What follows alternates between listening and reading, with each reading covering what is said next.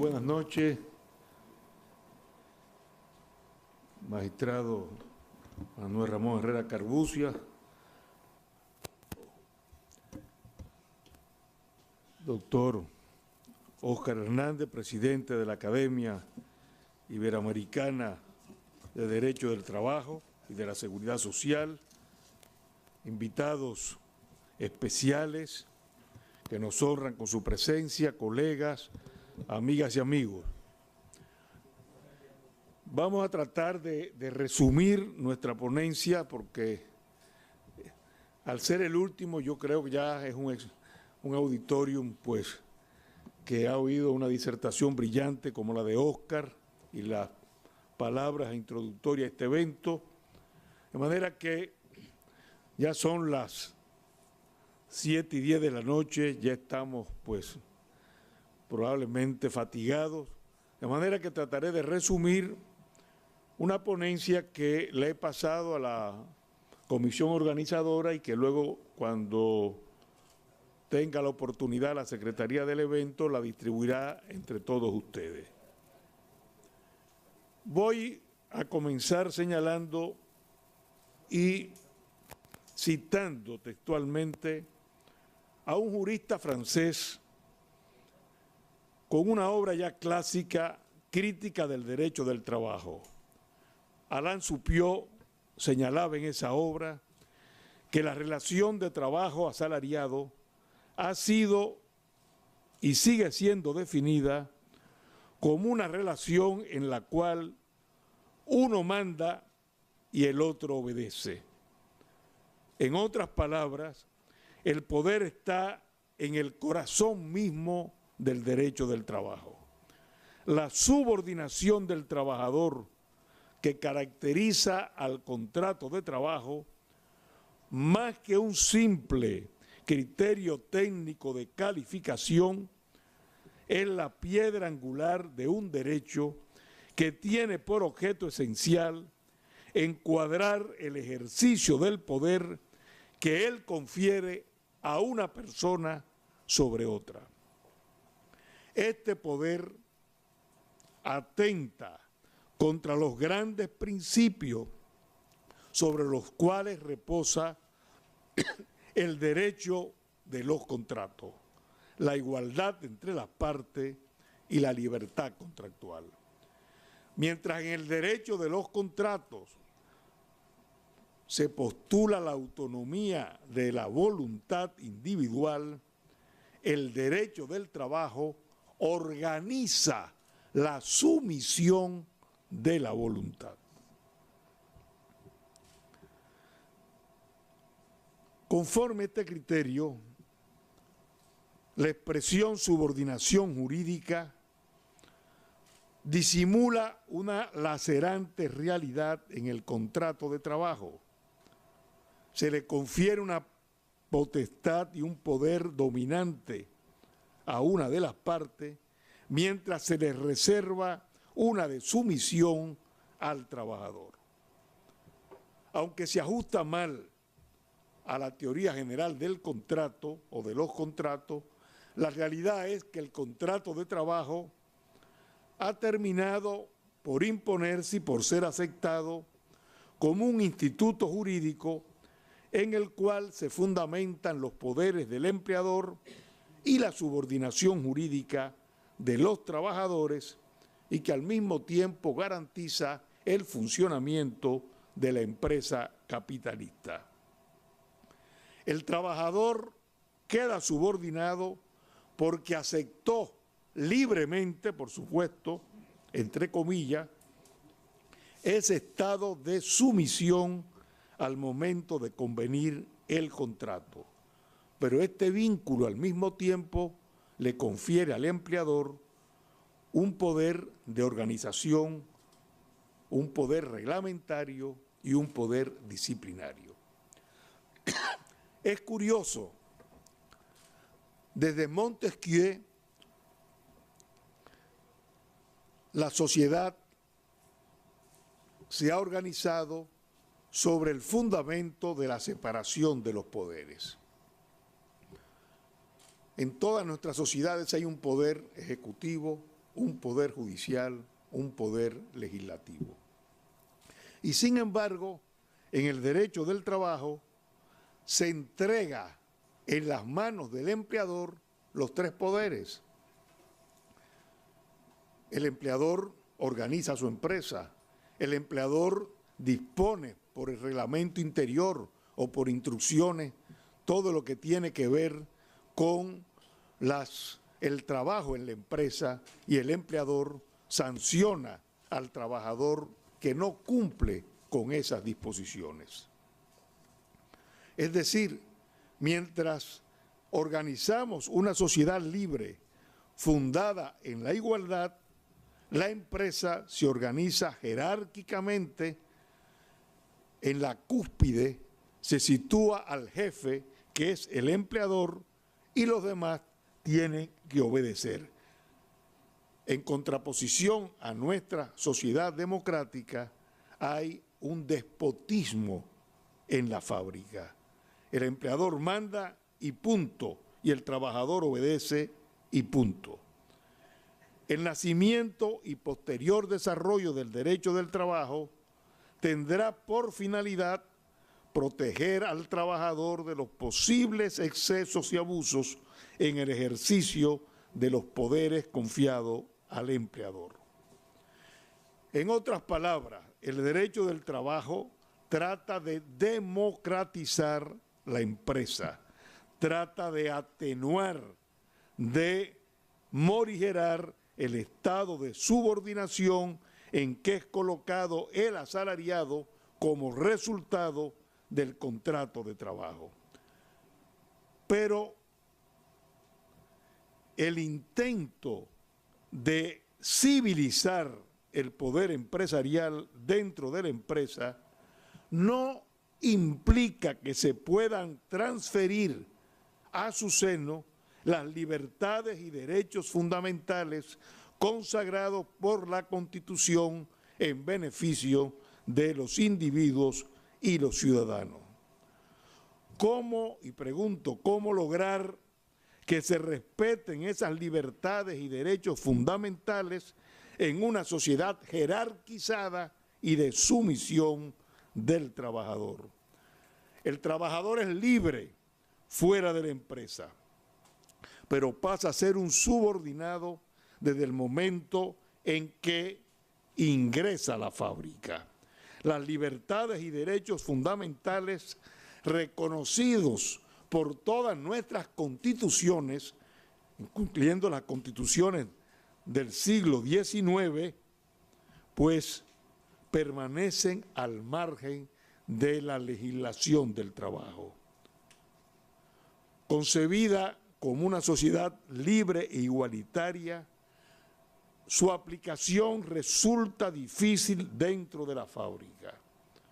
¿Cómo hablar de libertad de expresión, de libertad de religión, de libertad de tránsito, del derecho a la intimidad y a la vida privada dentro de la fábrica? Esas libertades se ejercerán en las horas libres del trabajador. Su traje de ciudadano queda en el vestuario del establecimiento. Sin embargo, esta realidad comienza a cambiar en la segunda mitad del siglo XX con el desarrollo y expansión de la tesis surgida en Alemania sobre la eficacia horizontal de los derechos y garantías fundamentales, según la cual el cumplimiento de los derechos y garantías podría ser exigido no solo al Estado, sino también entre particulares. Desde luego, esto no significa que los poderes del empleador van a desaparecer, subsisten, pero en su ejercicio deberá tomar en cuenta la dimensión humana del trabajador, tanto en su calidad de asalariado como en su calidad de ciudadano.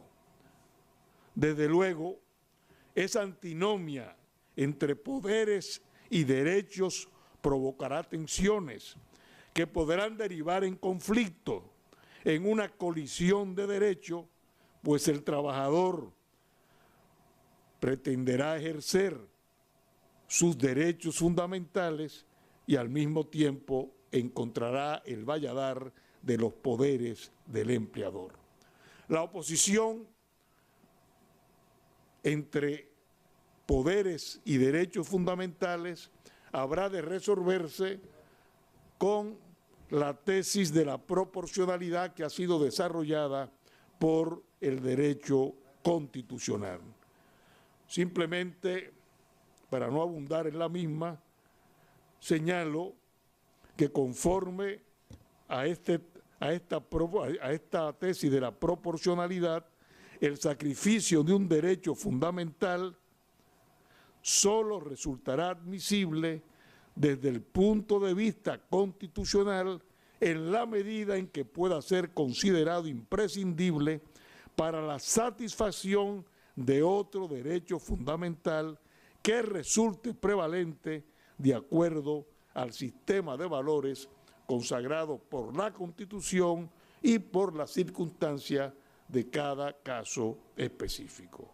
Y en ese test de proporcionalidad, pues, obligará al juez y al intérprete establecer, pues, si el sacrificio de un derecho frente al otro es idóneo, es necesario y es proporcional.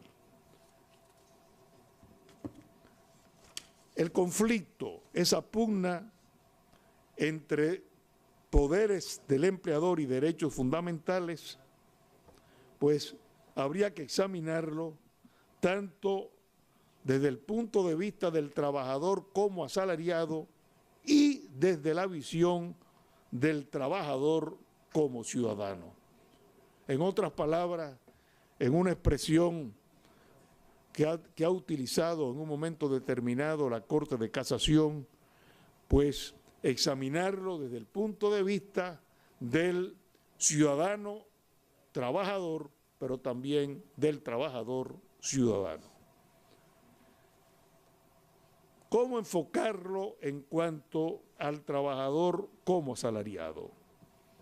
Además de los derechos que conocemos que son propios de la reglamentación del trabajo, la jornada, los descansos, el salario mínimo, la legislación del trabajo en general, pues establecen una serie de principios y de normas que han venido siendo constitucionalizados desde la época de la Constitución de Querétaro en México. Una serie de normas laborales que han sido elevados al rango constitucional en esa corriente del constitucionalismo social. Pues veamos por lo menos los fundamentales. En primer lugar, la libertad de trabajo. La libertad de trabajo consagrada por nuestras constituciones y que se plasma en la prohibición del trabajo forzoso u obligatorio definido en el convenio 29 de la OIT como todo trabajo o servicio exigido a un individuo bajo la amenaza de una pena cualquiera y para el cual dicho individuo no se ofrece voluntariamente. Como derecho fundamental, la libertad de trabajo implica que toda persona decidirá libremente emplearse o no, trabajar o no, escoger al mismo tiempo el trabajo que sea de su preferencia o de su conveniencia, pero al mismo tiempo esa libertad de trabajo significa que el empleador no podrá impedir al asalariado que ejerza el derecho a retirarse de la empresa, el desahucio, como llamamos nosotros, cuando él lo crea oportuno. Asimismo, no se podrá ordenar en un tribunal la reintegración del trabajador a un puesto de trabajo si éste no lo solicita, y lo ha establecido así nuestra jurisprudencia, e igual violación se produciría si se constriñera al trabajador a permanecer en su centro de trabajo y a retomarlo en caso de abandonarlo. Por supuesto, la libertad de trabajo no es absoluta, tiene sus restricciones y cubre ciertas limitaciones establecidas por la ley en razón de la persona del trabajador, la edad, la nacionalidad, el trabajo a domicilio, requisitos de profesiones reglamentadas como diplomas universitarios, certificaciones o casos en que por la inversión efectuada por el empleador en la formación del trabajador, pues también se establecen limitaciones o restricciones a la libertad de trabajo. Ahora, lo que atentaría contra esa libertad de trabajo y resultaría inadmisible serían aquellas restricciones que se acordaran convencionalmente. Una cláusula de exclusividad, por ejemplo, atentaría contra la libertad de trabajo y el derecho reconocido en la legislación dominicana de que un trabajador puede prestar servicio a más de un empleador en horarios diferentes. La propia cláusula, que aquí no se utiliza mucho, pero sí en otros países, la cláusula de no competencia, que impiden al trabajador, una vez extinguido su contrato, emplearse en una empresa de la competencia, podrían también en una determinada situación atentar contra la libertad de trabajo. Segundo elemento, segundo derecho fundamental que aparece en nuestras legislaciones en primer término como una obligación para el empleador, que es la obligación de ocupación efectiva. Es decir, el empleador no solamente tendrá que pagar un salario, sino que por el contenido jurídico personal del contrato de trabajo, para el pleno desarrollo de la personalidad humana y profesional del trabajador, tiene que asegurarle ocupación efectiva. Esa obligación de ocupación efectiva, pues, ha pasado en muchas legislaciones a ser también un derecho del trabajador y un derecho fundamental del trabajador sobre la base de lo que se ha reconocido como el derecho al desarrollo de su personalidad, consagrado, por cierto, en el artículo 43 de la Constitución del 2010. De manera que no es solamente pagar el salario, hay que asegurar también ocupación efectiva, lo que implica para el empleador la obligación de adoptar todas las providencias necesarias para que pueda prestarse el servicio que ha sido contratado. Y naturalmente, si no se asegura la ocupación efectiva, pues el trabajador también tendrá derecho a reclamar los correspondientes daños y perjuicios. Y luego, también en el campo del trabajador como asalariado, la obligación de previsión, es decir, el empleador está obligado a garantizar a sus trabajadores condiciones de seguridad, de salubridad, de higiene, de ambiente de trabajo adecuado.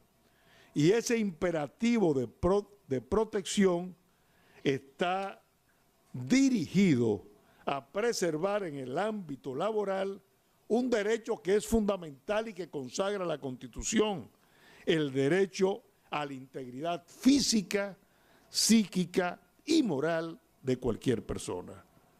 Esa exigencia de salud y seguridad se traduce en el aspecto, en el ámbito laboral, pues en todas las normas relativas a la higiene y seguridad en el trabajo. Paradójicamente, algunas de estas medidas destinadas a preservar la integridad del trabajador podrían generar una vulneración del derecho fundamental a esa integridad.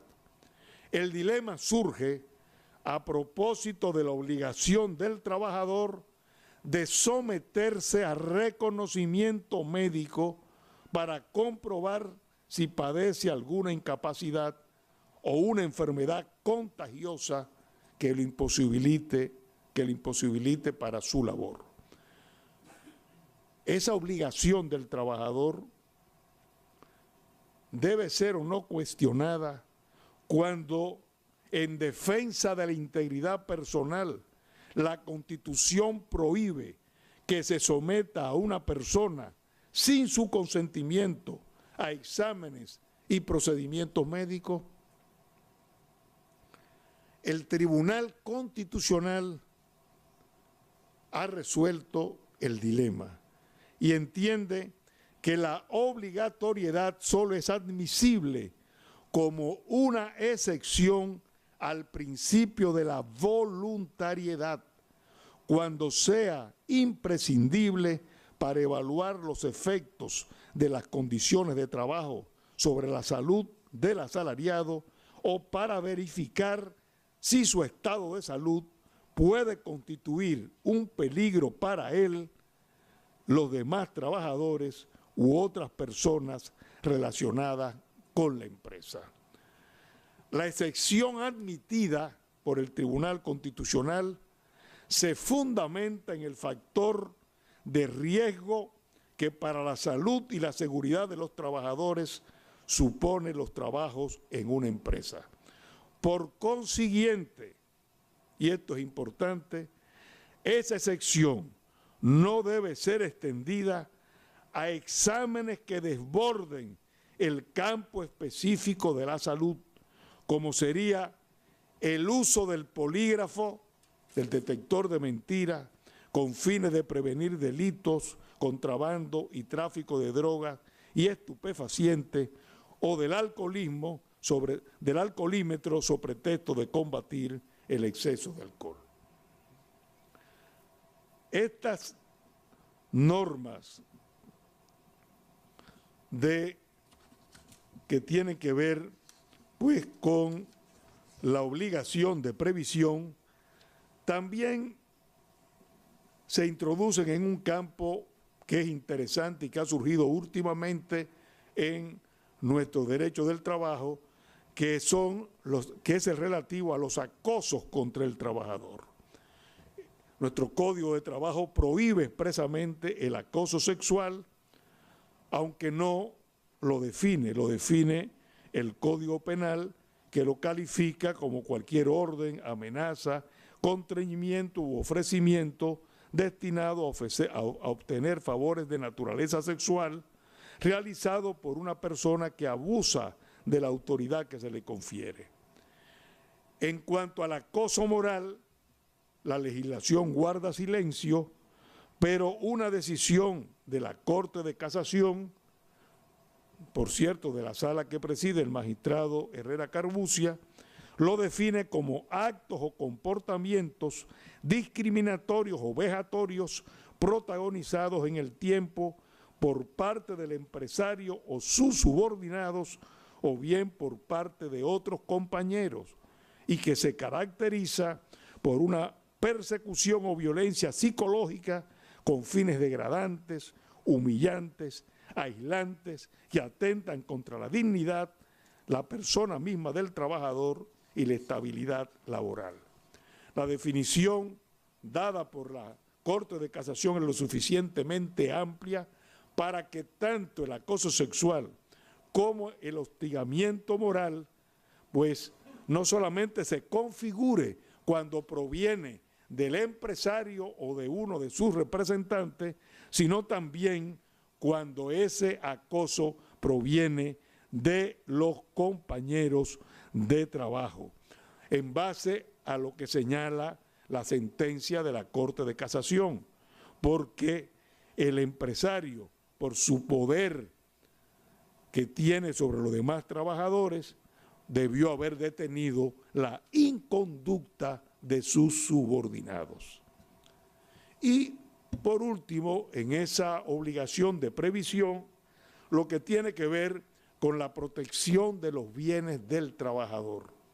La legislación es muy clara al señalar que el trabajador es responsable del cuidado y de la seguridad de las herramientas que utilice el trabajador cuando éstas son propiedad del asalariado. Pero al mismo tiempo habría que preguntarse si el empleador también no es responsable de los vestidos, si el empleador no es responsable de los vestidos del trabajador cuando éste debe, pues, llevar un uniforme y cambiarse en la empresa, o de los automóviles que son guardados dentro del recinto de la fábrica durante las horas de trabajo. Si se aplicara el derecho civil puro y simplemente, el empleador no sería responsable de la pérdida o deterioro de estos bienes, a menos que se pruebe que ha aceptado en forma expreso tácita el cuidado de los mismos. Sin embargo, el hecho de que el empresario, el empleador, tenga los poderes de organización y de control de su fábrica, lo harán responsable civilmente de cualquier pérdida o deterioro de estos bienes. Y ya, aunque no en materia laboral, la jurisprudencia civil de nuestra Corte de Casación ha señalado claramente que los estacionamientos ofrecidos a sus clientes por los establecimientos comerciales para el estacionamiento de vehículos son responsables en caso de pérdida o robo de estos automóviles. Y luego, ya para pasar a la segunda parte y final de esta intervención, lo que tiene que ver con los derechos del trabajador, ya no como asalariado, sino como individuo, como ciudadano. Y aquí todo reposa en un concepto de carácter muy general que creo que están en todas nuestras legislaciones, que está consagrado específicamente en nuestra Constitución, que tiene que ver con la dignidad del ser humano. La dignidad, cómo definirla realmente, es una idea más bien de tipo filosófico, de tipo ético, pero que la Corte de Casación la vincula con la vida misma y entonces señala que es un valor, no ya solamente ético, sino un valor jurídico trascendente a la convivencia de la persona, que debe ser garantizado, y aquí viene la feliz frase de la Corte de Casación, no solo al ciudadano trabajador, sino también al trabajador ciudadano. Y con esta expresión, la Corte de Casación deja claramente establecido que al trabajador se le debe respetar los derechos que le corresponden como persona humana, independientemente de su condición de asalariado. Una concepción tan abarcadora, vinculada directamente a la convivencia de las personas, hace de la dignidad en nuestro ordenamiento jurídico, pues un valor que puede ser y es utilizado por la jurisprudencia en las más variadas situaciones. Un atentado a la dignidad será una afrenta al honor, al buen nombre, a la propia imagen de una persona, como sería el sometimiento de un trabajador a un detector de mentiras, decisión de la Corte de Casación, la acción penal injustificada que cuestiona en forma seria y grave la honradez del trabajador, también decisión de la Corte de Casación, y también afectaría la dignidad las violaciones a la intimidad de la persona como resultado, dice la Corte de Casación, de un acoso moral o de un atentado a su integridad física, incluyendo el derecho a la vida, como sería el desahucio abusivo ejercido en perjuicio de un trabajador con conocimiento notorio de que se encontraba afectado por el síndrome del VIH-Sida. O sea, el derecho a la dignidad viene a operar como una sombrilla que podría cubrir cualquier acto de degradación de la persona humana. Pero ya específicamente, si la dignidad pues es una sombrilla para los demás derechos fundamentales, habría que hablar también del derecho a la intimidad y el derecho a la vida privada, tanto intimidad como vida privada garantizados por la Constitución de la República. Esa vida privada fuera del trabajo. Fuera del trabajo, la conducta del trabajador no es de la incumbencia del empleador. Es un problema de él, su comportamiento familiar, su comportamiento personal. Sin embargo, el famoso cependant francés, hay ciertas actividades laborales que justifican la invasión de la esfera privada del trabajador. Por ejemplo, la prohibición contractual a los empleados bancarios de concurrir a hipódromos, casinos y salas de juego, o la prohibición a un piloto de aeronave o al director de un centro escolar de mostrarse en público en estado de embriaguez. Y el más notable ejemplo, todo lo que tiene que ver con el caso de los deportistas profesionales, en el que se regulan hasta comidas, bebidas en sus horas de descanso y de recreación. Ahora, uno de los problemas más inquietantes en el caso de la intimidad y la vida privada fuera del trabajo es cuando se utiliza esa intimidad o vida privada y se invoca para emplear a una persona o para despedir a un trabajador.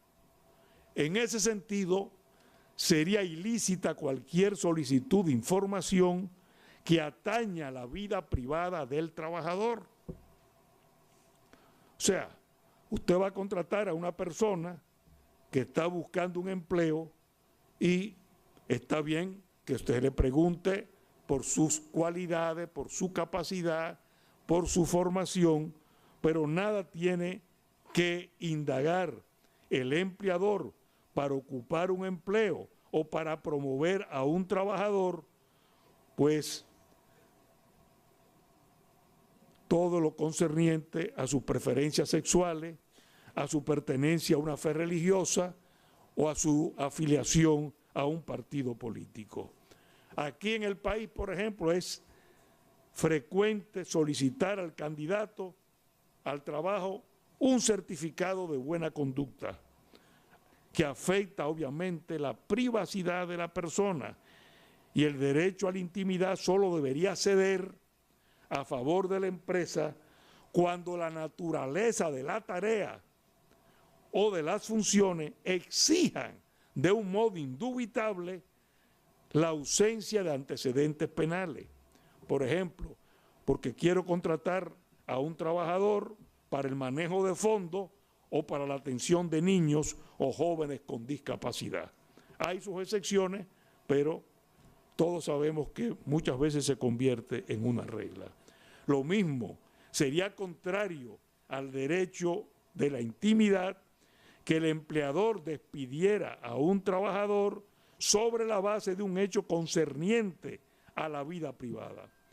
El asunto es de mucha importancia porque hoy se accede fácilmente a la vida privada a través de los medios de difusión de las redes sociales, como el Facebook, el Instagram. Bueno, y si me tiro una fotografía en que aparezco embriagado o que aparezco en una actitud de carácter inmoral en mi vida privada y apareció en Facebook, entonces se podrá ejercer el despido por el hecho de haber actuado así en mi vida privada. Y en cuanto ya a la vida privada en el trabajo, parecería extraño que hablemos de eso, pero hay vida privada dentro de la fábrica. El trabajador hace amigos, el trabajador organiza actividades sociales con sus compañeros, el trabajador se enamora dentro de la fábrica. Bueno, se pueden prohibir estos este comportamiento, esta conducta.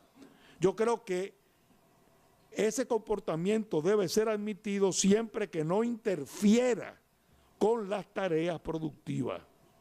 Es decir, los poderes del empleador no son totalitarios. Hay una parte de la persona del trabajador que se le escapa. Entonces, yo entiendo, aunque no hay jurisprudencia, que deberían ser absolutamente nulas aquellas cláusulas del reglamento o aquellas disposiciones de la empresa que impongan, por ejemplo, el celibato a los trabajadores. No, usted tiene que ser soltero. O que le obliguen, como sucede en algunas empresas, si usted se casa con una compañera de trabajo, uno de los dos tiene que salir de la empresa. Eso es un atentado a la vida privada dentro de la fábrica. Los controles también, las revisiones corporales, son aceptadas por el propio Código de Trabajo, por el propio Código señala que esas revisiones tienen que realizarse por medios idóneos, que deben ser de carácter general y con garantía de la impersonalidad de la medida para respetar la dignidad del trabajador. Con el desarrollo de la informática ya no son las revisiones corporales, son los controles por medio de las cámaras, por medio de los micrófonos, por medio de las grabaciones. ¿Son admisibles o no estos controles por la vía informática de micrófonos, de cámaras de televisión?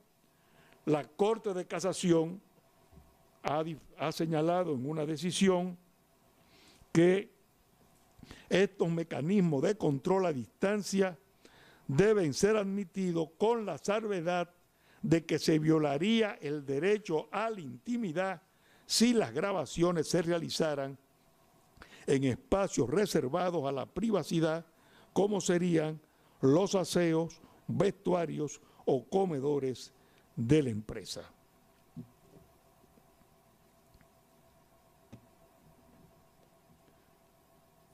Por supuesto, es un adelanto en lo que a nuestro derecho se refiere, pero podríamos también señalar que la propia decisión de la Corte de Casación señala que el uso de estos controles a distancia, pues, deberían obedecer a un interés legítimo de la empresa o al propósito de ofrecer seguridad al trabajador. Y yo añadiría, por eso digo, ya es un adelanto, pero añadiría que estos controles deberían ser del conocimiento del personal, pues mantener en secreto un procedimiento de espionaje atenta contra el principio de la buena fe, crea un estado permanente de desconfianza y eventualmente puede afectar la estabilidad emocional de los trabajadores.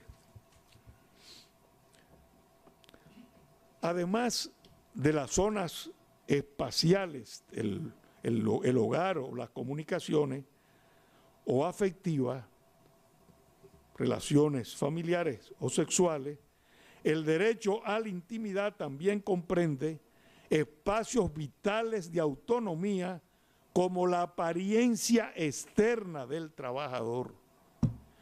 El aspecto físico constituye el primer elemento configurador de la intimidad y en tal virtud la doctrina sostiene que fuera de los casos de imposición, y cito, de una indumentaria de trabajo, el trabajador es libre para adoptar cualquier apariencia externa o indumentaria en el trabajo. El hombre podrá llevar traje o vaquero, usar o no corbata, tener un arete, llevar el pelo largo, barbas o bigote o mostrar un tatuaje. Y la mujer podrá vestir pantalón o falda y llevar o no collares, pulseras o arete. No obstante, el derecho fundamental del trabajador debería ceder ante la satisfacción intensa del derecho fundamental del empleador, como lo sería la necesidad de un uniforme para la identificación del personal, la prohibición de aretes largos para evitar accidentes en la operación de determinadas máquinas, o la imposición de cierto código de vestimenta para adecuarse a los usos del sector, como el uso de la corbata en los establecimientos bancarios. Otro tema de la intimidad, el acceso a los archivos de las computadoras de la empresa. En principio, el empleador tendrá derecho a acceder a los archivos informáticos profesionales y a aquellos que no son clasificados como personales o privados. No obstante, aun siendo institucional el correo, la Corte de Casación admite ya la intrusión del empleador si está subordinada a la necesidad de un propósito específico, explícito y legítimo, es proporcionada a la situación que se presenta y tiene una mínima repercusión sobre los derechos de la intimidad del trabajador. Por argumento a contrario, no será posible, pues la intervención en los archivos y correos electrónicos clasificados como personales, cuya revisión implicaría un atentado a la intimidad y por ende a la inviolabilidad de la correspondencia. Su intervención debería contar con una autorización previa del juez. Y pasamos a otro de los derechos fundamentales, la igualdad entre trabajadores, que está reconocida por la Constitución y por la legislación del trabajo. O sea, los trabajadores gozan de los mismos derechos y libertades y oportunidades, sin ninguna discriminación de razones de género, color, edad, discapacidad, etc.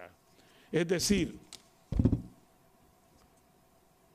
hay un principio de igualdad, todos somos iguales ante la ley, pero hay otro principio que lo complementa, y es que en la aplicación de la ley también hay que aplicarla sin discriminación de ningún tipo. Es decir,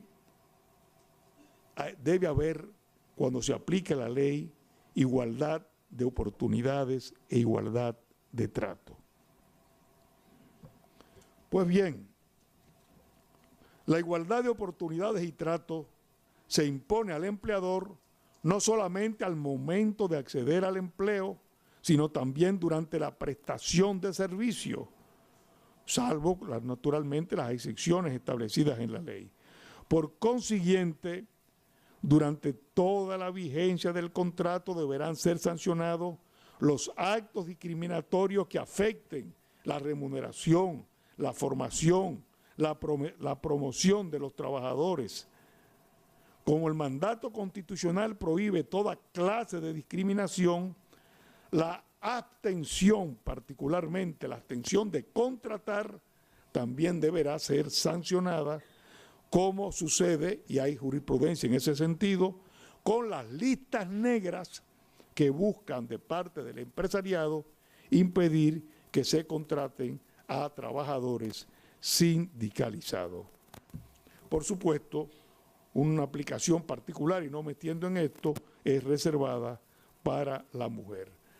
La prueba, por supuesto, de una discriminación puede resultar difícil, pero entendemos que con el avance que van teniendo en las garantías fundamentales, sobre todo a nivel de los tribunales de trabajo, a la víctima le bastará probar los hechos, correspondiendo al empleador demandado probar que su decisión no es discriminatoria y que se justifica por elementos objetivos extraños a toda discriminación. Y finalmente, el respeto a las libertades individuales, y aquí ya termino para no cansarlo más. La Constitución garantiza la libertad de expresión. Esta libertad de expresión siempre la ha ejercido el trabajador fuera de la empresa, pero tendrá derecho a la libertad de expresión dentro de la empresa? Pues por supuesto la respuesta tiene que ser afirmativa. ¿Cómo imaginar que el trabajador no pueda conversar con sus compañeros de labores o exponer sus ideas a los representantes de la empresa? Desde luego, esa libertad tendrá un límite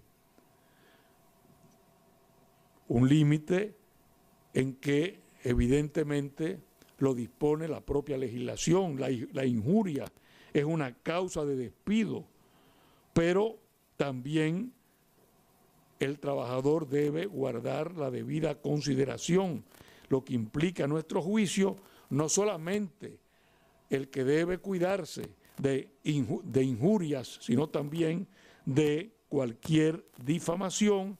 Y en cuanto a lo de guardarse la debida consideración, bueno, pues la apreciación del juez determinará cuándo o no se ha cumplido con esta debida consideración. Y junto con estas libertades de expresión, la libertad de conciencia y de culto.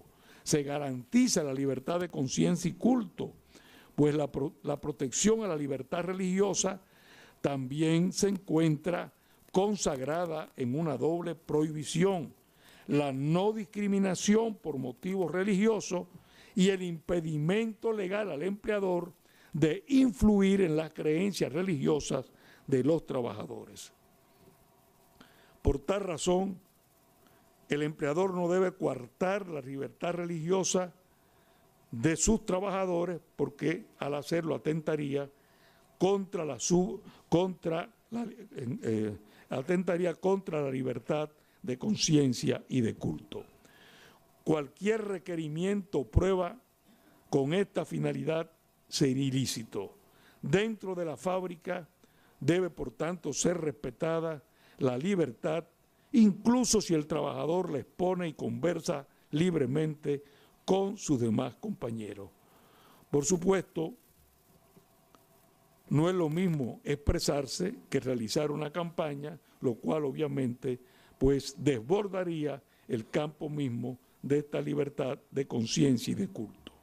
Pero aquí la pregunta fundamental sería la siguiente: ¿sería admisible que en función de sus creencias religiosas el trabajador reclamara la adopción de ciertas decisiones? Repito, ¿puede el trabajador, sobre la base de su creencia religiosa, exigir la adopción de ciertas decisiones?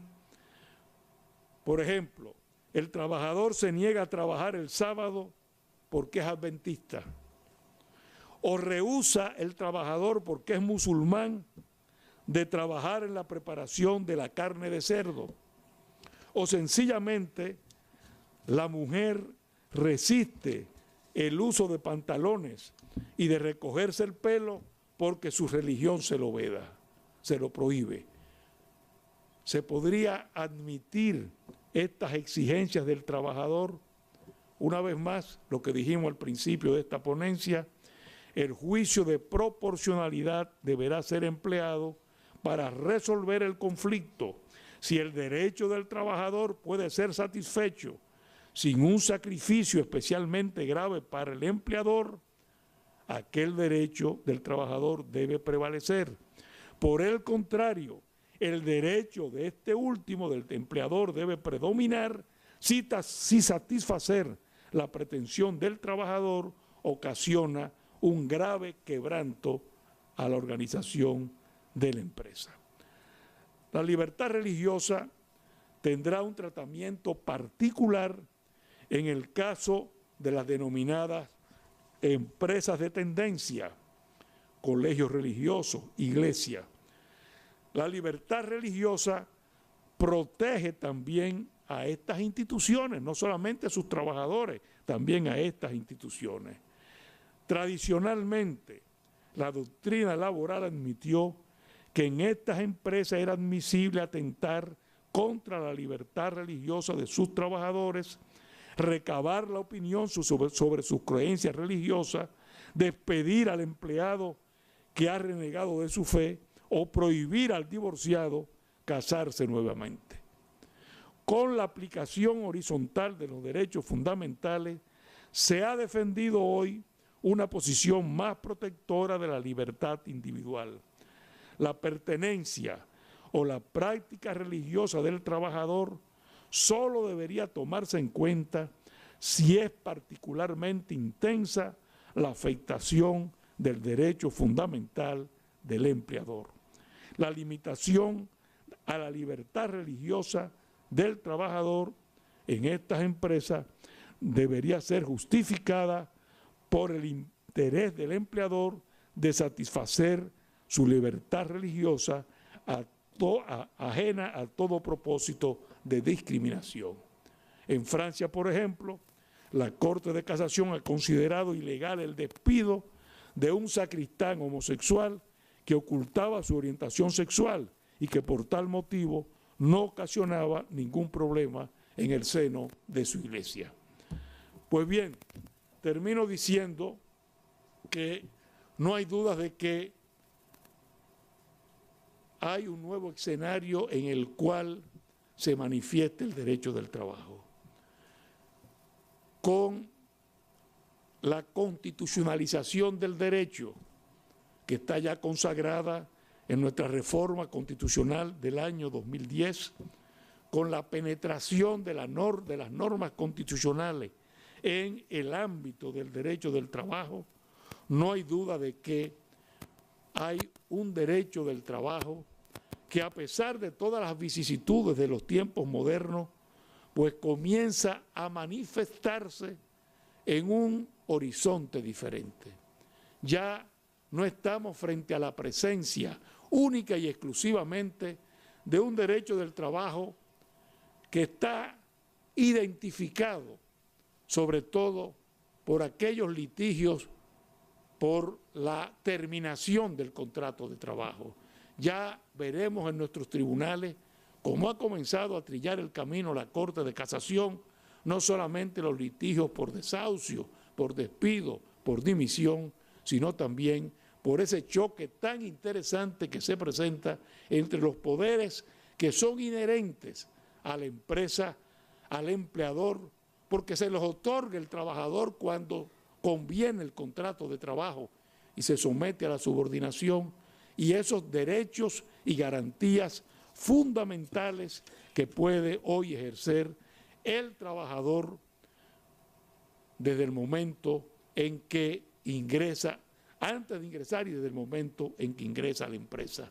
Ya el trabajador no deja su traje de ciudadano en los vestuarios de la empresa. Dentro de la empresa sigue siendo ciudadano y como tal puede reclamar y exigir la aplicación de derechos y garantías fundamentales. De ahí pues que estas decisiones de las que he hablado de la Corte de Casación anuncian un nuevo derecho del trabajo para este siglo XXI, un siglo caracterizado ya por constituciones garantistas que con sus disposiciones impulsan el reconocimiento de la identidad del asalariado en su trabajo, un trabajador no solamente asalariado, un trabajador ciudadano, un trabajador persona humana. Muchas gracias.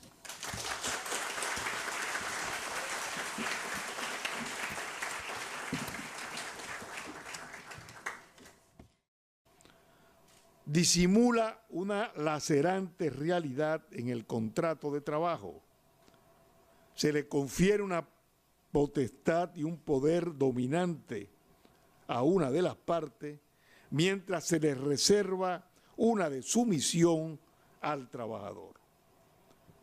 Aunque se ajusta mal a la teoría general del contrato o de los contratos, la realidad es que el contrato de trabajo ha terminado por imponerse y por ser aceptado como un instituto jurídico en el cual se fundamentan los poderes del empleador y la subordinación jurídica de los trabajadores, y que al mismo tiempo garantiza el funcionamiento de la empresa capitalista. El trabajador queda subordinado porque aceptó libremente, por supuesto, entre comillas, ese estado de sumisión al momento de convenir el contrato. Pero este vínculo al mismo tiempo le confiere al empleador un poder de organización, un poder reglamentario y un poder disciplinario. Es curioso, desde Montesquieu, la sociedad se ha organizado sobre el fundamento de la separación de los poderes. En todas nuestras sociedades hay un poder crítica del derecho del trabajo.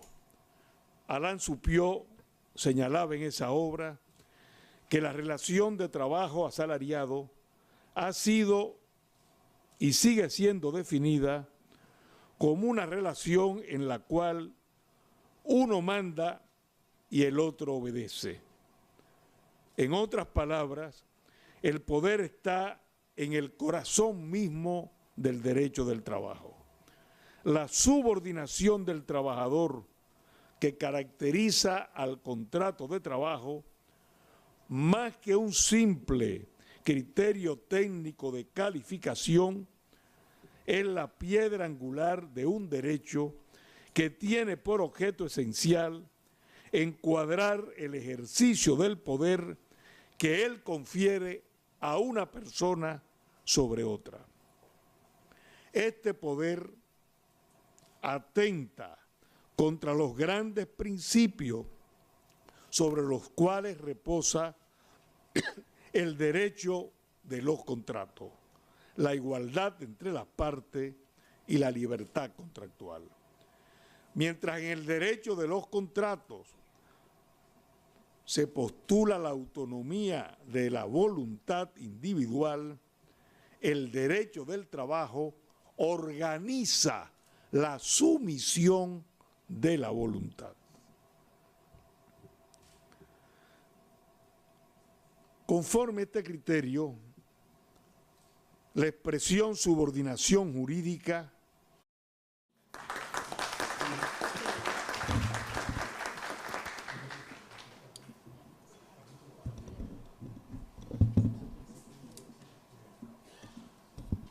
Muy buenas noches, magistrado Manuel Ramón Herrera Carbucia, doctor Óscar Hernández, presidente de la Academia Iberoamericana de Derecho del Trabajo y de la Seguridad Social, invitados especiales que nos honran con su presencia, colegas, amigas y amigos. Vamos a tratar de resumir nuestra ponencia porque al ser el último yo creo que ya es un auditorium pues que ha oído una disertación brillante como la de Óscar y las palabras introductorias a este evento, de manera que ya son las 7:10 de la noche, ya estamos pues probablemente fatigados, de manera que trataré de resumir una ponencia que le he pasado a la comisión organizadora y que luego, cuando tenga la oportunidad, la Secretaría del evento la distribuirá entre todos ustedes.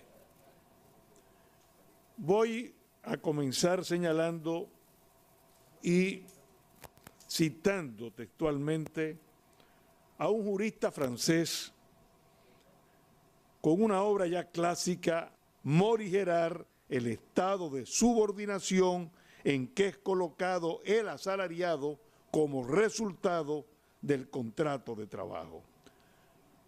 Pero el intento de civilizar el poder empresarial dentro de la empresa no implica que se puedan transferir a su seno las libertades y derechos fundamentales consagrados por la Constitución en beneficio de los individuos y los ciudadanos. ¿Cómo, y pregunto, cómo lograr que se respeten esas libertades y derechos fundamentales en una sociedad jerarquizada y de sumisión del trabajador. El trabajador es libre fuera de la empresa, pero pasa a ser un subordinado desde el momento en que ingresa a la fábrica. Las libertades y derechos fundamentales reconocidos por todas nuestras constituciones, incluyendo las constituciones del siglo XIX, pues permanecen al margen de la legislación del trabajo. Concebida como una sociedad libre e igualitaria, su aplicación resulta difícil dentro de la fábrica. ¿Cómo hablar de libertad de expresión, de libertad de religión, un poder judicial, un poder legislativo? Y sin embargo, en el derecho del trabajo se entrega en las manos del empleador los tres poderes.